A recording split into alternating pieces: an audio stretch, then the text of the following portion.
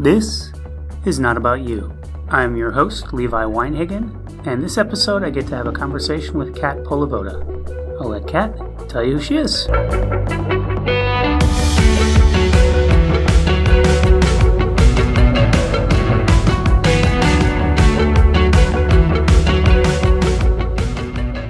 My name is Cat Polivoda. I have a plus-size resale shop in South Minneapolis and kind of all around am a fat intersectional feminist about town. I use she, her pronouns. I'm a white lady and I identify as fat, and I use that word purposefully. Excellent. Will you tell us the name of your shop? Yeah, it's called Cake Plus-Size Resale. Thank you. Yeah, in South Minneapolis, also online. Kat, thanks for agreeing to talk to me. I really appreciate it. Of course, my pleasure. I am already delighted to connect to you a bit. I've sort of known of you, digitally known you for a while.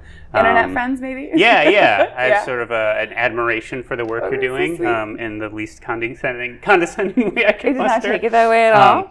So what usually happens, what I usually like to do when I start these conversations is ask if there is a question you face a lot, or something that people say, or some way that you're interacted with on a regular basis, maybe now or maybe in the past, that you would love to have happen less frequently, or to go a different way. Yeah. Okay. So I hope that this sort of answers your question, but doesn't all the way answer it. So Perfect. I'll share with you the thing that was kind of top of mind for me. And if you're like, Kat, that's not a question, then I can try to reframe it. So when you asked me that, the main thing that kind of came to mind. So I'm the kind of person that will never celebrate or praise weight loss, and just never that. I just won't do it. And I think that we live in a world that wants that to happen. And I think for me in the shop, on a really regular basis, people feel the need in the shop, online, interpersonally, at the grocery store, at a restaurant, with coworkers when I used to work in a 9 to 5. Yeah. I think people just love to talk about, to let their kind of body issues and their relationship with food and weight and diet and weight loss kind of permeate all types of conversations. And I want to kind of put this little barrier around myself that does not, permit conversation like that around me. And I want to be fiercely protective of my shop and the spaces that I create online to kind of help keep that little force field up too. Yeah. Does that make sense? Yeah. Does this answer your question? Okay. That is. It's not a question, but it's something that I encounter that I really just, I'm kind of working to push up against. And I think why I think that's really compelling is I think it's really nuanced. And I'm sure a lot of people are not putting in the kind of thought you're putting into it. Yes. Because just hearing you say that, I can see how saying, hey, congrats on the success of your diet has layers, but even just one of the implications is we never say, hey, too bad on that diet falling apart, which is just the flip side of that thing. Yeah. The thing that immediately that makes me think of, though, that the issue that you face, and I'm gonna ask you to sort of unpack a bit. Of course. But, is when I was a fat teenager, and I lost a bunch of weight, and I would get the you look great, what did you do, or great job, and initially it was a endorphin rush of yay, I'm winning at getting society. praise in the world and life. But I'm both sarcastic, and I was realizing oh, this could break bad for me. A thing I started doing when someone would say oh, you look great, so thin, what's happening? And I'd be I have cancer, which is not kind to people who have cancer. Yeah. But it definitely gave people this bump of making all kinds of assumptions about what's happening with you, of what health looks like. Yeah. That I think I was partially just being a jerk in doing it, but it did, I think, change my awareness of what you think when you see someone and you're hey, something has changed. This is what I understand as good change versus bad change. That is interesting to me. To that end, I witnessed almost the same thing happen at a family function a year or two ago. One family member told another family member, oh, you look so great, the smallest I've seen you in a long time, or some kind of weight loss related thing. And the man literally did have cancer, you know? So it was just and the family knew that. It was no surprise. So to know someone is ailing so tremendously, but still feel like, oh, well, silver lining. Right. Like, you're getting You've never smaller. looked better. Ooh, like, talk about, like, just being so, I don't know. It really, really shows how people's concepts of health are really misguided. Yeah. Yeah. Well, maybe you could, do you think you are, so you're sort of an activist around, would you say you're an activist in the space of body positivity, or? Yes, I would say that. And also, it's like weird to put labels on yourself. Yeah. Like if someone calls me an activist or someone calls me an influencer, like I'm always a little bit like, ooh. And maybe that comes from, it's not the same as, but I think we've learned like to not like claim like the identity of ally or not, and so it's not yours to put on. Exactly. Yeah. And I almost think it's not the same. It's not the same, but I think there's like maybe similarities where it's like, well, if I influence you, if you feel like you're moved by the things that I'm saying, then maybe I do like fit into those categories, but it's just weird for me to be like body positive activist. No, like, I appreciate you saying on my that. business card or whatever, Yeah. Yeah, I definitely feel like I won't call myself an ally, but I will not, if someone says that you're being an ally, I'm not going to say no. That's great. Like I want to walk with you in making change, but I don't think you can put that on yourself. I agree. Yeah. So sorry to go on the tangent, but yes, no. I guess I would identify as a body positive. Thank you. What I'm curious about is, so you have this store that is overtly about creating space and giving options for people to find things that will just literally fit their bodies, as well as find a place where they can feel good about looking for that thing, rather than like sneaking into a section that you can find, or like being like relegated to like one rack at the back of in any given thrift shop in the city. And you've got a new radio show podcast talking about some of the same issues, and then I know on social media you talk about fatness and about the sort of complex relationship to health people have. So I wonder, how much do you feel like you're taking an identity that society's put on you and like flipping it and controlling it? Like how intertwined is your identity to, I'm this person who talks about being fat in a positive way?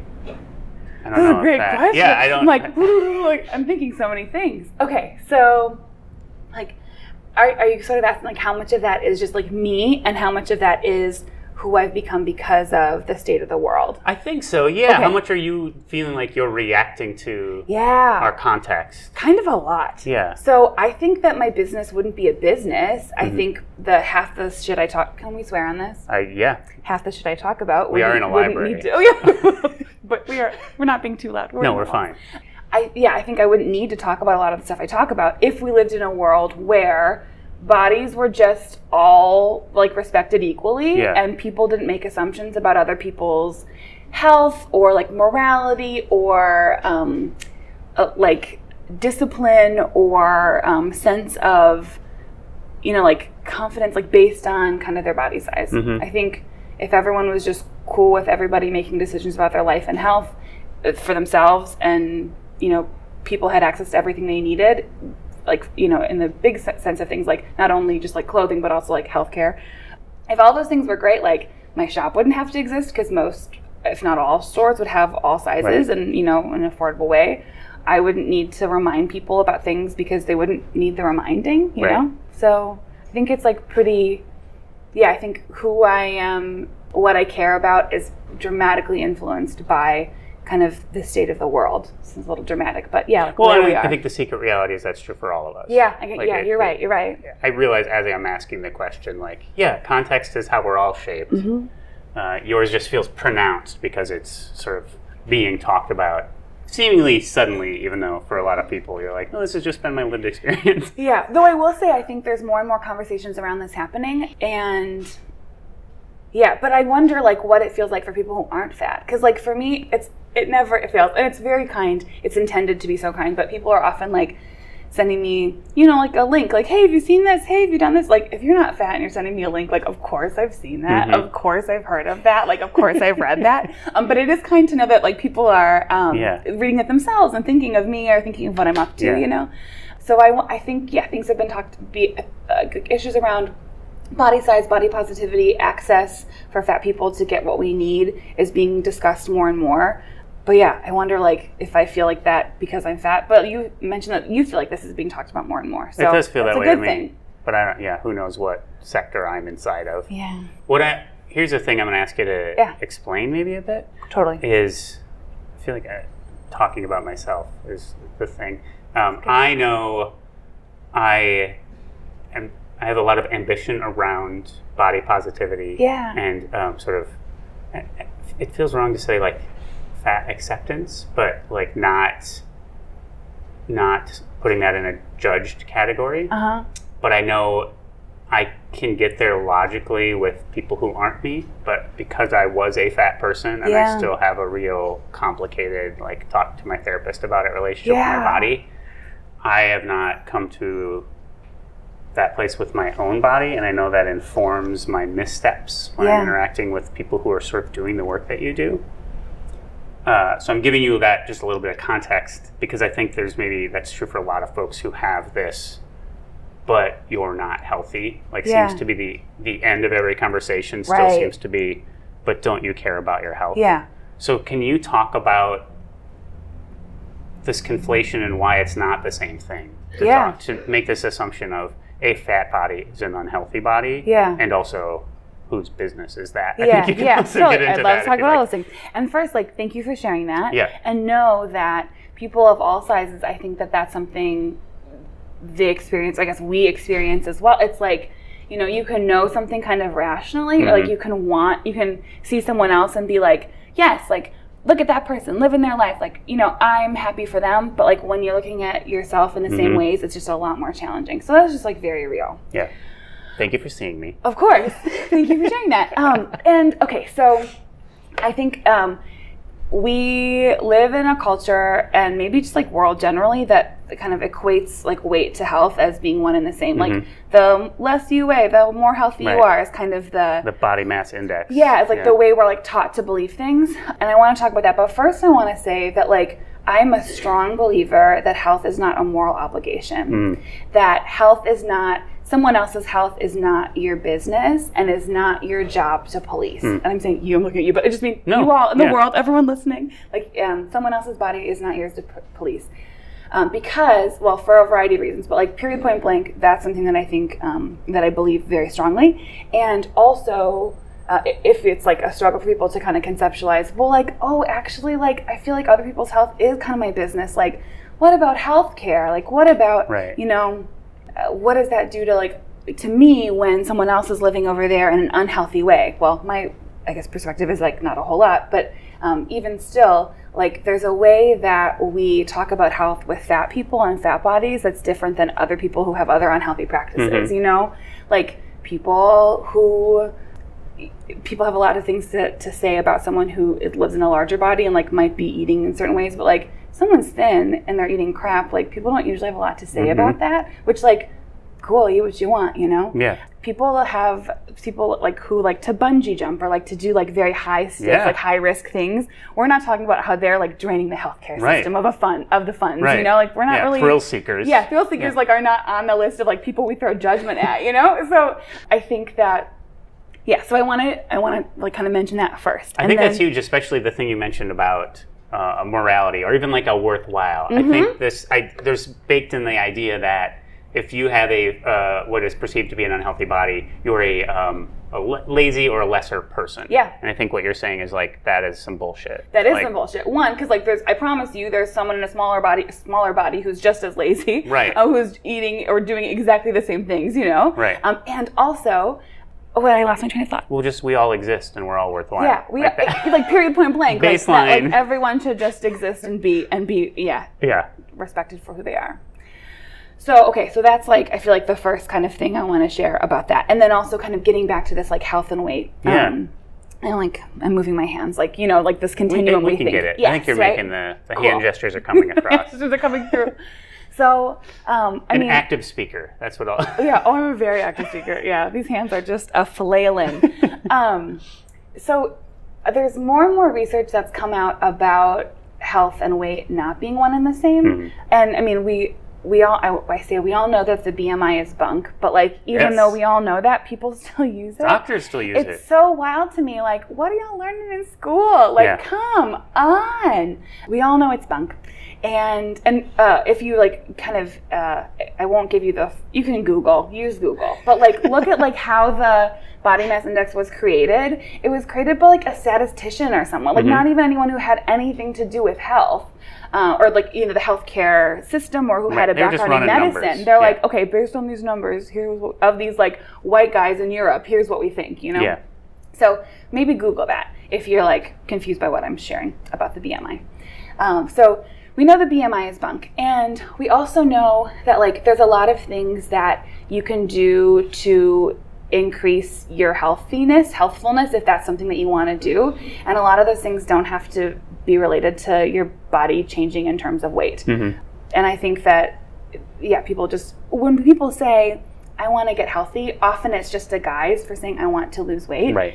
And that is wild to me. Well, it's not wild to me. Like, it is if you think about it, but it's not if you think about like every magazine cover ever for a women's magazine, And I think if folks spent more time really thinking about if health is what they're pursuing, what that kind of looks and feels like outside of numbers on a scale. It sounds so cliche, but truly, and if they, really are looking to change their body, then maybe that's what you say. Like, that's not health. Like, you're changing your body to like fit into a mold that is put out here for us. Right. Or I want to buy certain clothes that fit a different way. Yeah. Or who knows why. True. Exactly. Like, and who am I to judge? Like, if that's what you feel like you need to do, like, you're not the problem. Society's the problem. Yeah. And for me, I am in a place where I feel like I can kind of push back against those ideals, but not everyone is in a place where they can do that. Right. And like part of, like, I'm a fat person, but I'm also a fat person who can find clothes most places, If you're a fat person who can't find clothes most places at all, the pressure's on, and you're getting a lot more like mistreatment because of your body size. Like, that's even more kind of systematic oppression that you have to deal with on the regular. So like, who am I to say that you shouldn't be able to do A, B, C, or D to change your body? I'm not going to say like it doesn't hurt, right? Like, when people decide like, oh, this is, I'm going to change myself because society, this burden is too great to bear. Like, that just makes me really sad for the world we're in.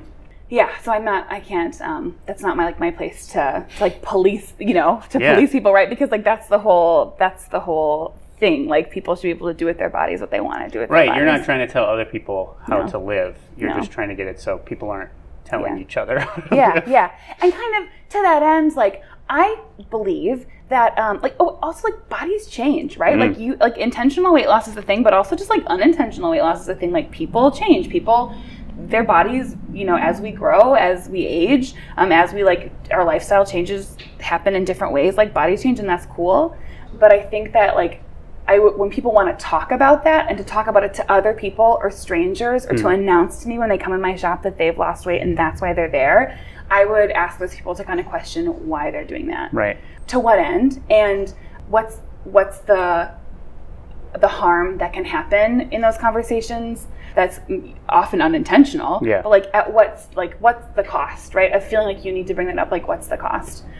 Yeah. So that understanding of who else and how you might be impacting them is really important. I agree. And it takes sort of another layer of awareness. Yeah.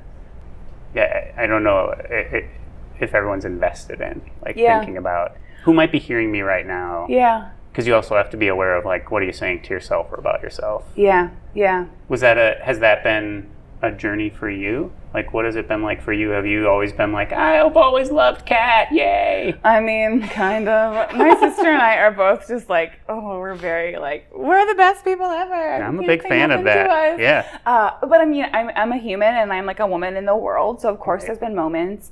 Society wants you to lose. Yeah, society does not want me to be like that.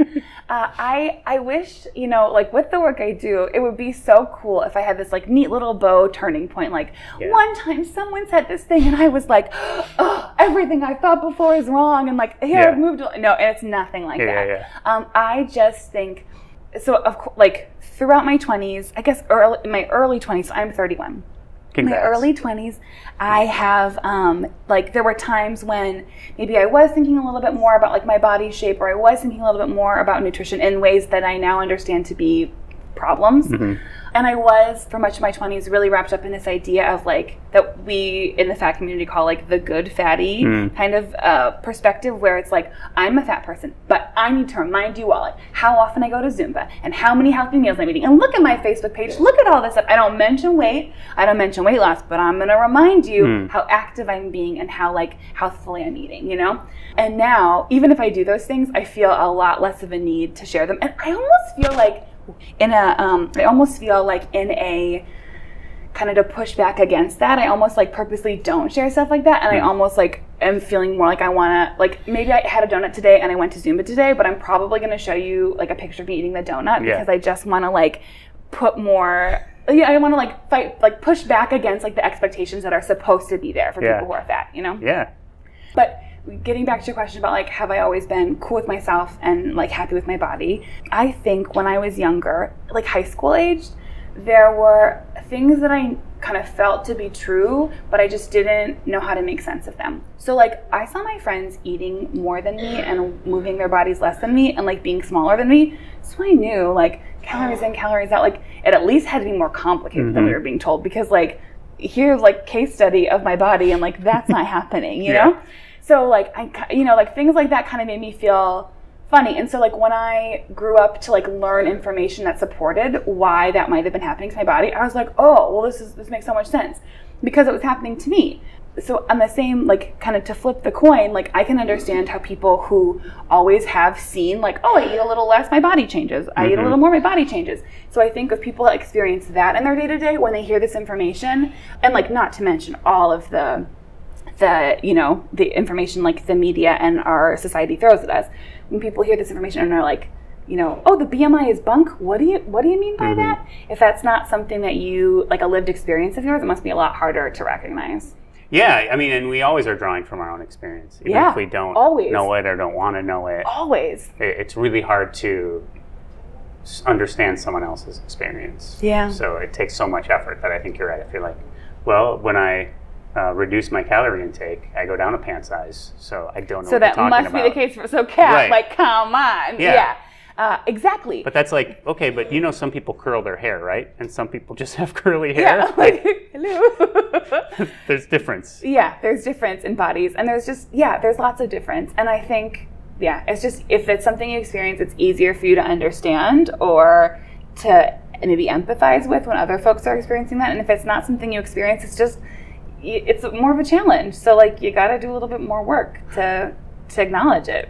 It seems like the intersection of fatness and female draws even more unasked for opinions. Maybe that's you don't say. I don't know that you've got experience being in a male body, but I imagine you have conversations and you know folks.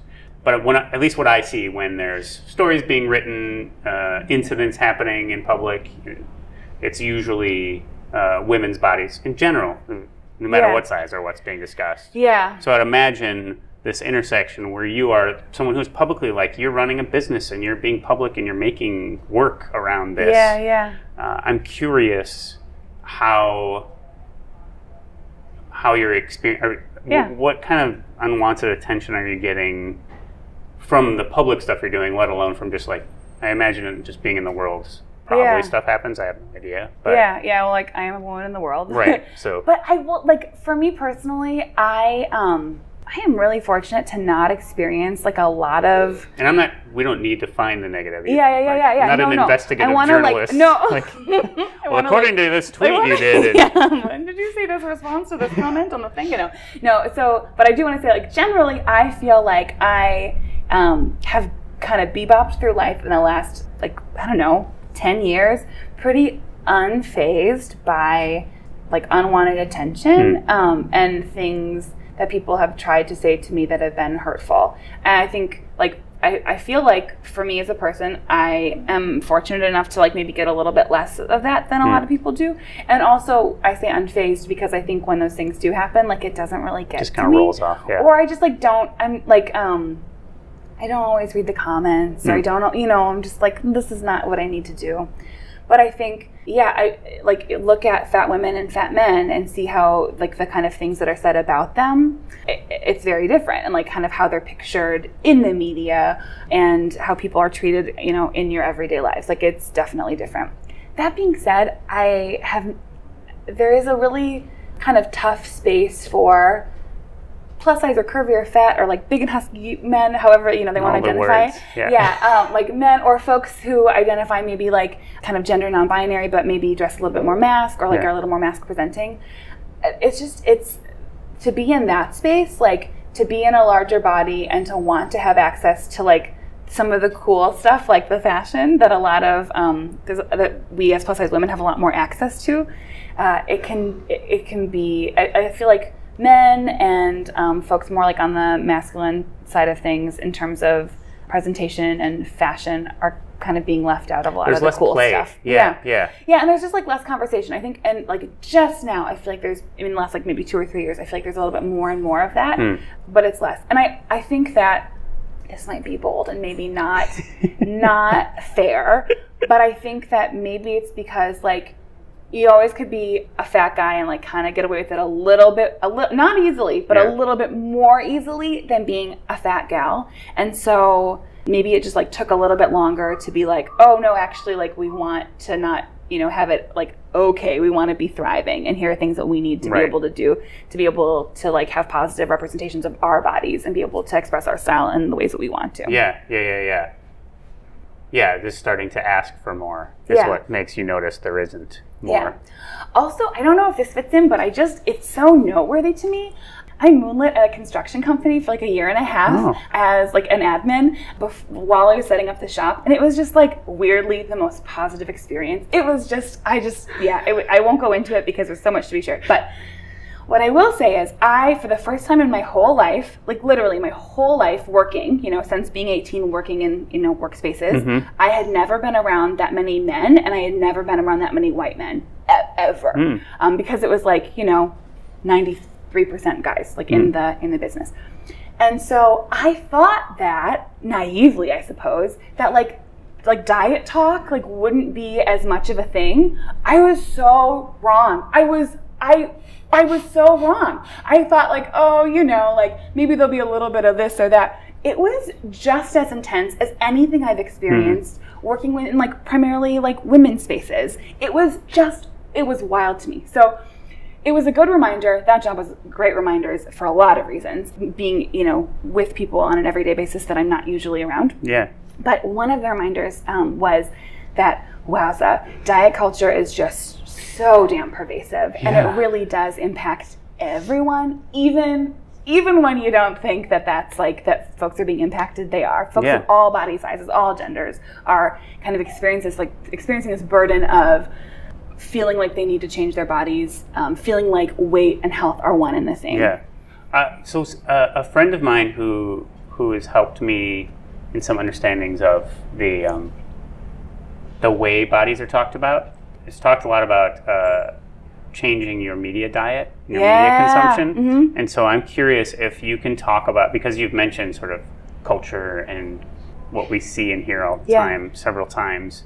I wonder if you can talk about if you are intentional about what you seek out and what you see, and do you avoid seeing things? Because I know it can burrow into your subconscious brain of like this image over and over and over and over again.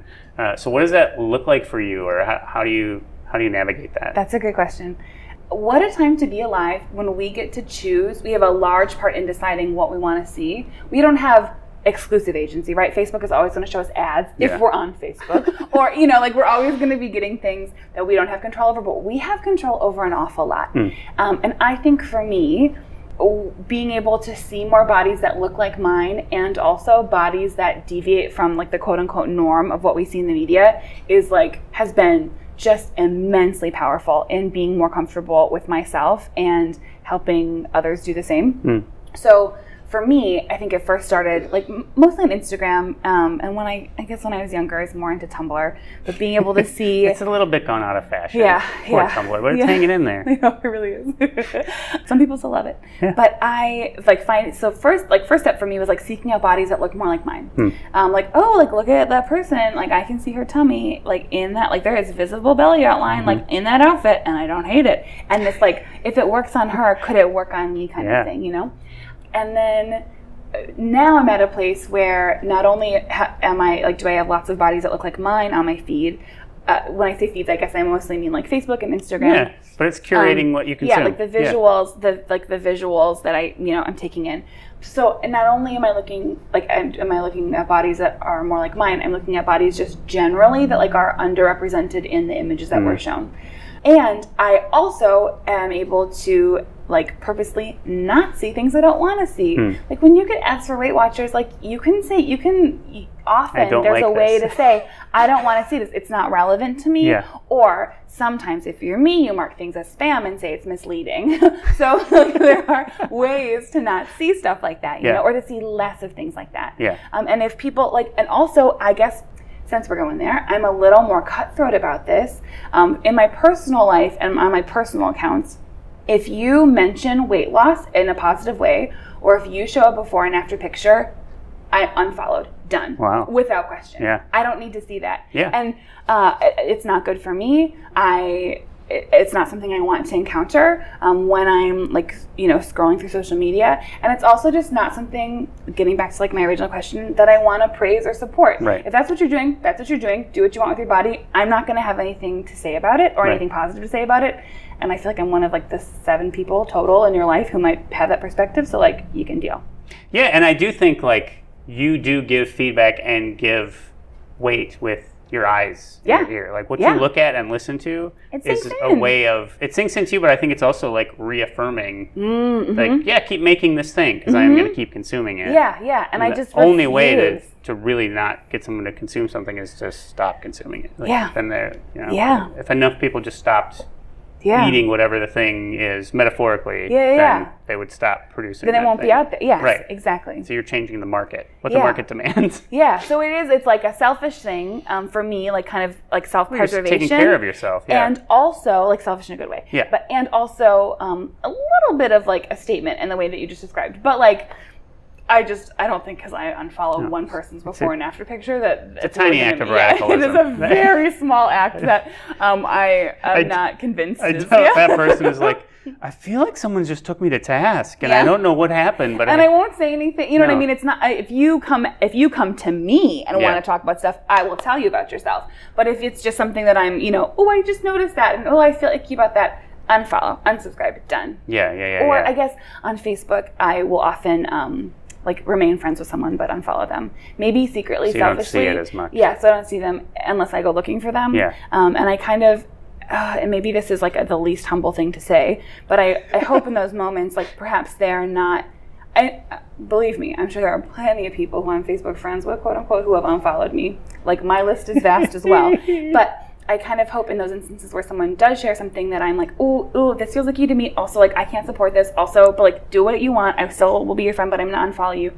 I hope that perhaps they're still following me and maybe they're seeing some of the stuff that I'm putting out in the world. Not in like a, let me change your mind way, though that would be cool, but more of just like, yeah, fat people are out here and like, you can be happy and healthy and fat and that's okay. We exist, Yeah. And people are like seeing what I'm up to. You seem to me very open, and also very joyous, which is delightful. I mean, I know that is just how you are. I know you're not like performing that. No, truly, like nice. I'm just like this excited all the time. I like can't shut it off. And you describe yourself as sort of an optimist, as an optimist. Yeah. Are you having challenging conversations in your store or online? Whether it's like somebody who is trying to figure out how to sort of love their own bodies, or someone who is thinking that they need to tell people they're not doing it right? Yeah. Like how frequently are you finding yourself in that space, and what is that like for you to be in that sort of discomfort this conversation-y kind of Do you space. mean like when someone kind of might be like combative or like hey, Kat, you said this. Like, I don't think that's right. Like, let's talk about it. Like that sort of situation? I'm curious about that. I mean, I think that's pretty direct. But I also wonder if you're having some like trying to help somebody understand something and they're not ready and maybe they're open but they're pushing back. You know, I you just seem like you're very like willing to help walk with someone and get them to understand. But so I'm curious, how often are you actually like uncomfortable in those moments, and how much are you just like, I'm just excited. This, you know, are you worried about people being mad at you? No, not often. Although I will say that like when you own your own business, right now. Well, I couldn't tell. Thank you for being clear. No, I'm not good at communicating. Okay, like when people don't agree with me, or people are like kind of like, you know, am I worried about people being mad at me? Yes and no. Mostly no. But I will say when you own your own business and like so someone's mad at me, like they could really do a lot of damage. Yeah. You know what I mean? Yelp reviews alone. They could really do a lot of damage. And so I guess I'm often careful with my words, but I'm also pretty clear about my boundaries. And what you asked about, like, you know, kind of that being uncomfortable, I'm most uncomfortable when situations are public and I'm worried about like who around me is going to be hurt by them. So like I can deal with a lot and like I'm not happy to, but will like take on that burden, you know, like to like help someone who might need it. But I get worried when people are around me. So for instance, like if it's just me and one other person in the shop and they're like really kind of opening up or like asking questions or like trying to like, you know, express how they're feeling and using a lot of like body shamey language or talking about weight or things that normally like I'm not okay with. If it's just them and me, and I'm in an okay place that day, I'll entertain that. I'll talk about it. That like I feel I can feel okay about kind of getting more into that type of conversation. Where that's not okay for me is when there are lots of people around and like I know that they're hitting some like words and phrases that are just like really triggering or traumatic or icky or just don't want to be something that people in the shop are listening to because of the space that I'm trying to create. So like I feel pretty fiercely protective of others around me in those moments. And online too, I think that like when people like quote unquote fight or like get in disagreements on social media, I think it's a lot less about getting that person to see your point of view, because I kind of don't think often they will, but I think more importantly, it's about everyone else watching the conversation, because I think they're like, oh, they said that. I kind of think that too. And then they'll look at the response and be like, I guess I hadn't thought about that. I think you can move more minds if like by thinking of who's looking at this, not necessarily who you're talking to, if that makes sense. I don't think they're movable, but I think other people looking at the conversation might be. And like I see that a lot. Like I'll post just like whatever stuff on kind of public Facebook things, or I'll tweet at a company or like, oh, you did this is kind of shitty, blah blah blah, and people might not. I'll get a lot of like likes on those kind of things, because it's clear that like people are like, oh, she said what I would have liked to say, or like I was confused about that, but like that really shares more information, like that kind of thing. Yeah. Oh, I just reminded, because you were just like, post on Twitter. It reminded me of a thing. One, like, I don't usually pull out a specific thing, but there's a current show. I already know what you're going to talk about. Insatiable on Netflix. Let me throw up a little. I was just curious if I know a bit about it. I mean, I know, try to give people some context, that there's a new Netflix. Is it a movie or a TV show? It's a TV series, I think. Yeah, it's a TV series. But the premise initially is there's an actress who wears a fat suit to portray a fat person. And is like fat, and then like, she gets her jaw wired shut. Yeah, for like an unrelated reason, but then like loses a lot of weight, and then is like thin, and like, I'm gonna like take revenge on everyone. Right.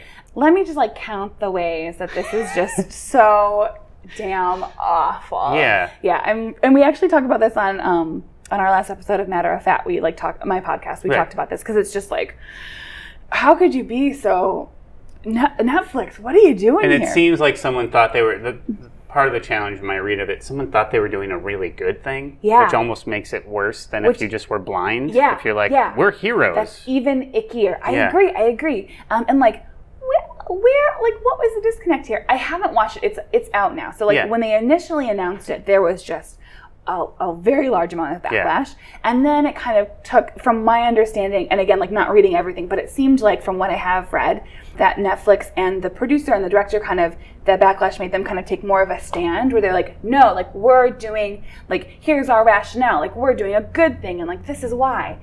But now it's out and I haven't watched it. I actually, I'm a avid Netflix viewer, so it's been being advertised to me.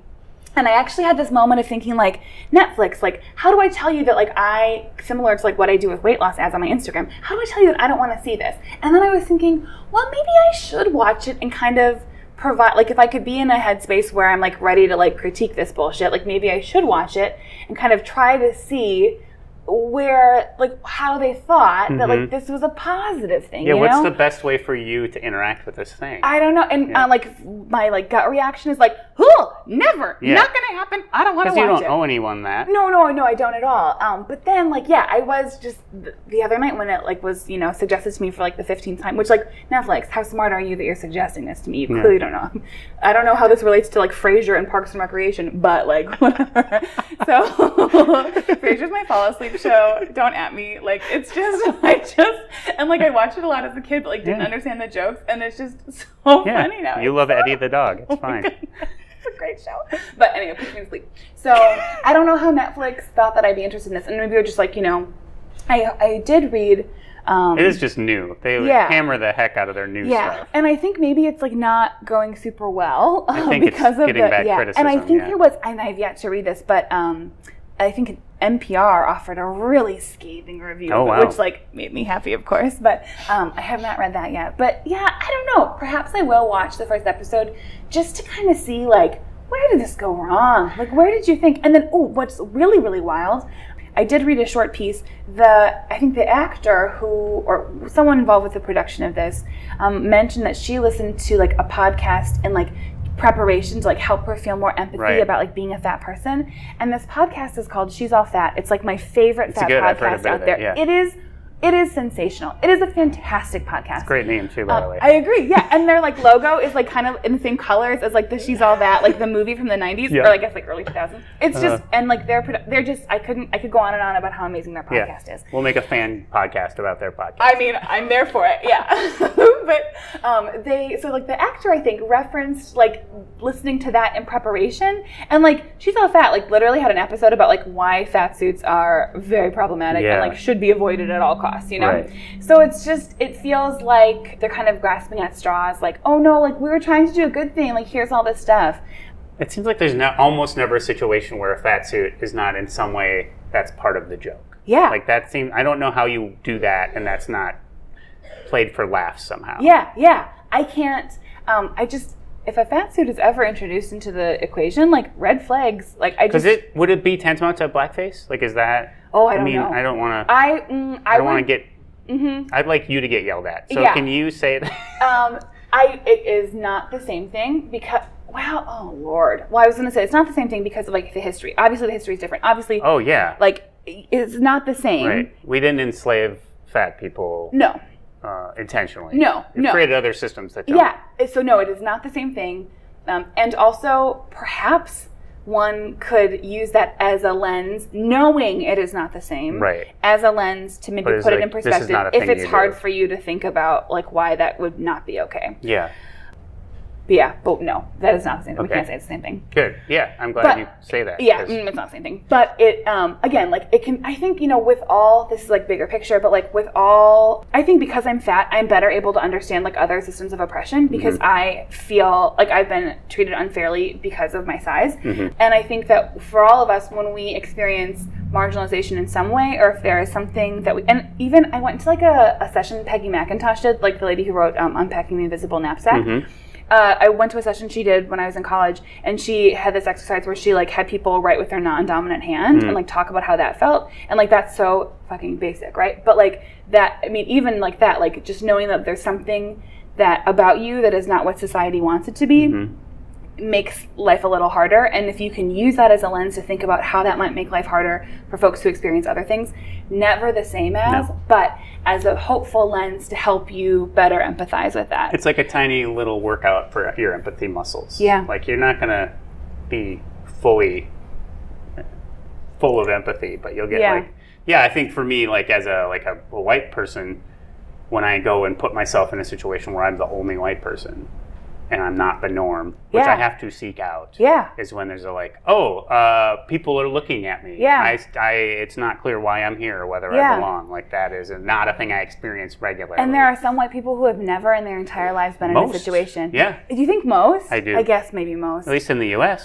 Yeah. We intentionally segregated for a long time, and then we self-segregate still. You're right. I mean, I don't know. Yeah. I'm not an expert. No, I guess I'm, again, like getting... But how often are you in a space where it's mostly fat people? Like, you've made this probably with your store. For me, right. I mean, everywhere. you're building that. Yeah, but no, like, I am constantly having to remind myself that, like, that is not people's experience, and that's what makes the shop so special to them, and, like, the things we do. So we just had this fat pool party event yesterday. Yeah. Oh, it was a raging success. It was so wonderful. And just over and over, people's comments, all very powerful, but, like, people reminding me, like, I never feel this, like, free at the pool. I'm never, like, around this many fat people at the pool. Yeah, the pool's a nightmare. The pool's, like, high stakes, you know, or can feel very high stakes.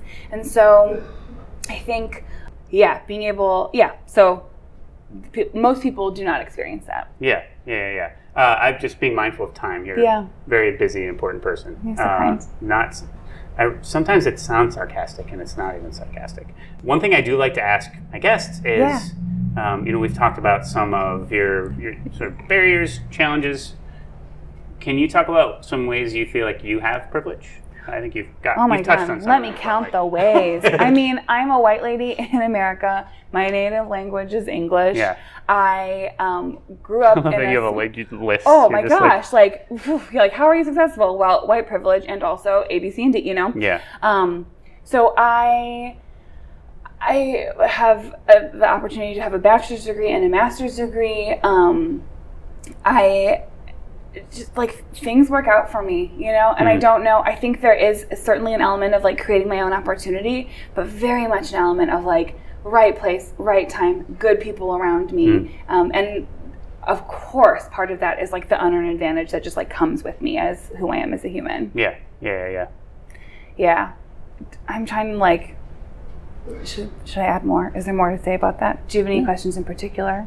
About privilege? No, I mean, it seems like something you think about. And I just, like, something that I think about. It's, like, both something I think about a lot and also think that I should think more about, you know, which I guess most people are in that place because there's a weird thing. You're like, well, I don't want to, like, marvel at my privilege. Oh my God, no. That's the other thing that you're like. Wow. You're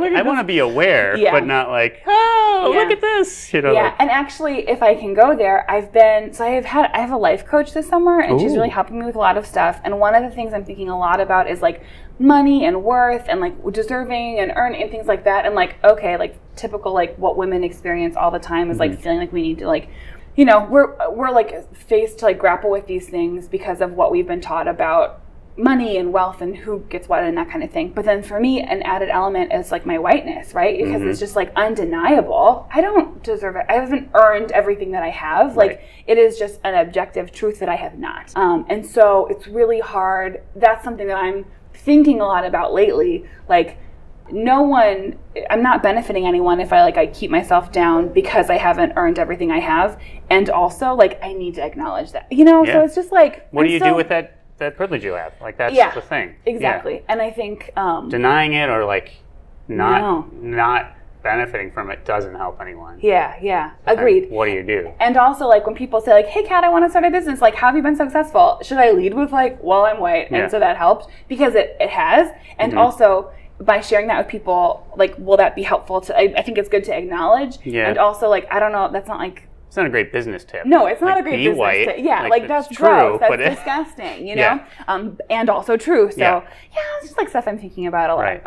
Like, money, worth, earning, deserving, whiteness, all of that kind of together. So I don't have the answers, but that is something that I'm thinking about. I could help you get into that sort of potentially suffocating headspace. And it's really happy to offer that. So you have a couple of things. What are the best ways for folks to connect with you and the things you're working on? Thank you for asking. Okay. How do they find you? My name is Cat Polivoda. You'll have my name spelled in the show notes, so you'll be able to see how it's spelled. No stress. You can find me on Facebook and Instagram and Twitter by my name, Cat Polivoda. My shop is called Cake Plus-Size Resale, and you can find Cake on all of the social media at Cake Plus-Size. I use a hyphen between plus and size, but in the social handles there is no hyphen, just all one word. And then I recently started a podcast with a friend through KFAI Radio, and it is in the world, but like slowly getting put on to different platforms. So the best way to listen to the podcast right now is on KFAI's website. It's a web series there that we're then putting into different spaces to be a podcast. And it's just kfai.org/matteroffat. Excellent. And I think that's all, huh? The shop is going to be one in October, and so I'm already thinking about like a couple other little like projecty things that I might allow myself to get more into once the shop hits 1 year. Yeah. But yeah, just follow my stuff, and like if you follow my personal accounts, I'll talk about all the things, and yeah. Cool. Well, Kat, I really appreciate you sharing your time and so much about yourself with me. Thank you. It's such a pleasure. Hooray. That was my conversation with Cat Polivoda. I hope you enjoyed it. I know I certainly did. And I hope you will go and connect with Kat online. If you're able to visit Cake Plus-Size, her vintage shop in Minneapolis, please do so. As you can hear, she is a wonderful, curious, thoughtful, insightful person. And she's making a lot of wonderful things and amazing, powerful things happen in the world. As I hope a lot of you are. I'm certain a lot of you are. If you enjoyed this episode of the podcast or any episodes of the podcast, tell a friend about it. I would love more people to know about Not About You. Also, post a review on iTunes. That helps the show get more ear holes where it can go in. I want to again say thanks to Kat for being a guest and sharing so much of herself. And I want to say thanks to everyone who has helped me get to where I am right now. I hope you're all holding one another up. I hope you're all supporting each other. And I hope you have a wonderful rest of your day. Thanks for listening. This is Not About You.